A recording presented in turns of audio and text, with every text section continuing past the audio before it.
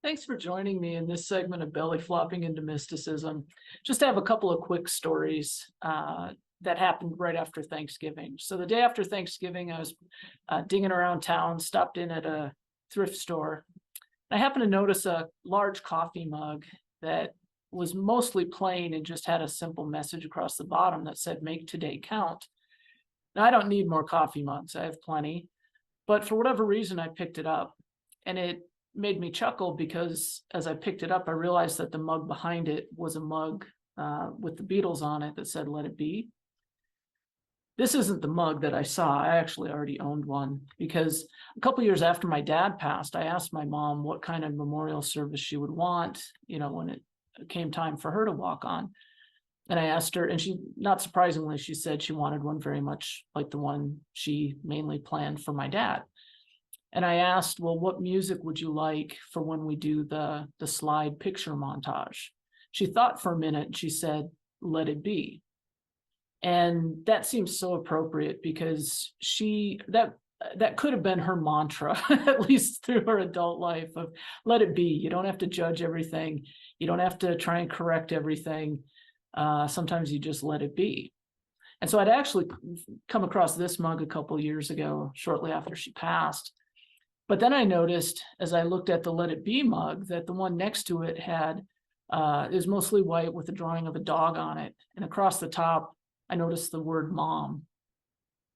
So right next to this Let It Be mug that I'm thinking of my mom, I see the word mom, and then it says, "Mom, I woof you." So it's like the dog, for a dog owner is saying, "Mom, I love you," in dog speak. And I thought, Mom, maybe I'll have to say that more to you, that not that I love you, but that I woof you for whatever reason. I was just kind of playing around. So I left that store and ended up going across town, and there's a grocery store that they often have bakery items on sale, kind of their leftovers, their day old stuff. Sometimes there's muffins, cakes, sometimes there's bread, rolls.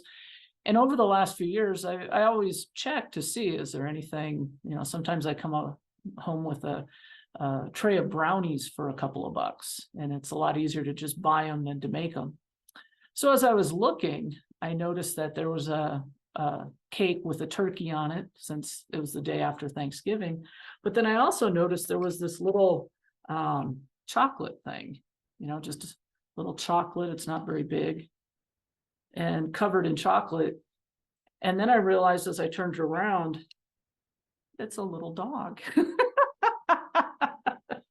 And it made me laugh. It still does, obviously, because here I just seen this thing connected with my mom about dogs and woofing you.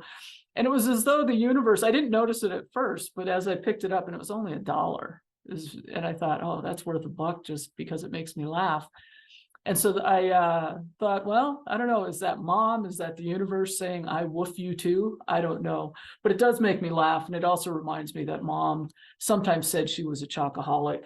Because if you look at this thing, there can't be that much cake in there. I haven't opened it up, but I'm like, there's a lot of frosting and not a lot of cake. Not that she loved frosting or anything like that, but it does make me laugh.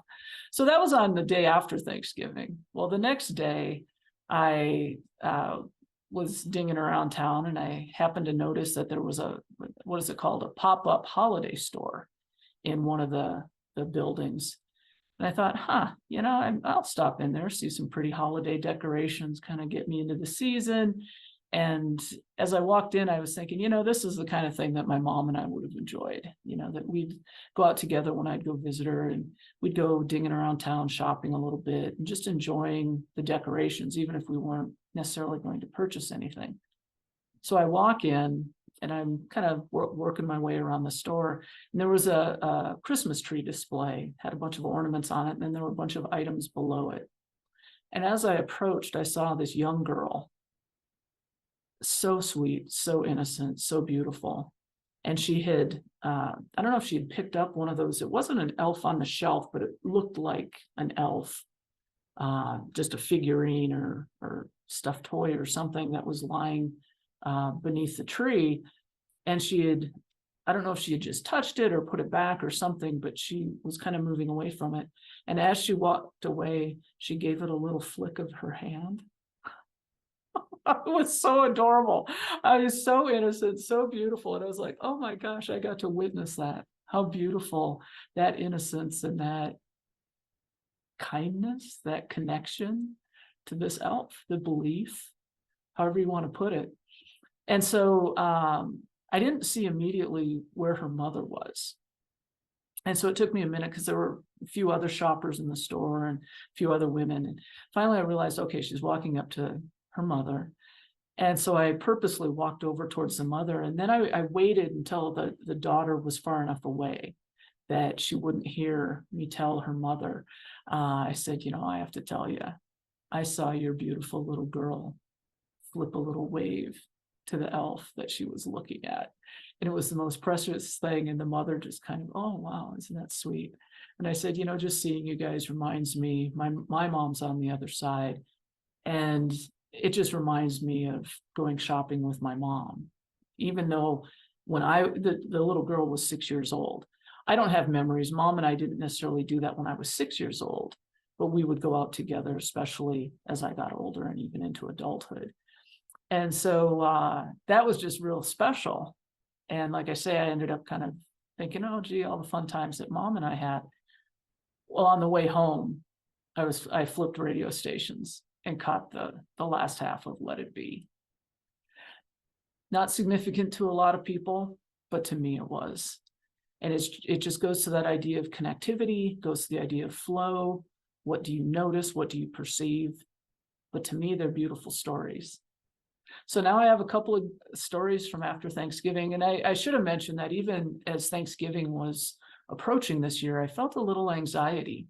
And I realized, oh, I think that's still grief. Even though my mom walked on more than 4 years ago, this was only my second Thanksgiving being in my home alone or, you know, with no family around. I had been traveling for 3 of the other Thanksgivings. And so just to have that happen the day and the couple of days after Thanksgiving, it's kind of special to me. So thanks for watching. I hope you kind of got a kick out of it. And watch out for those little girls waving hi to the elves. You never know what's going to happen. Have a great day.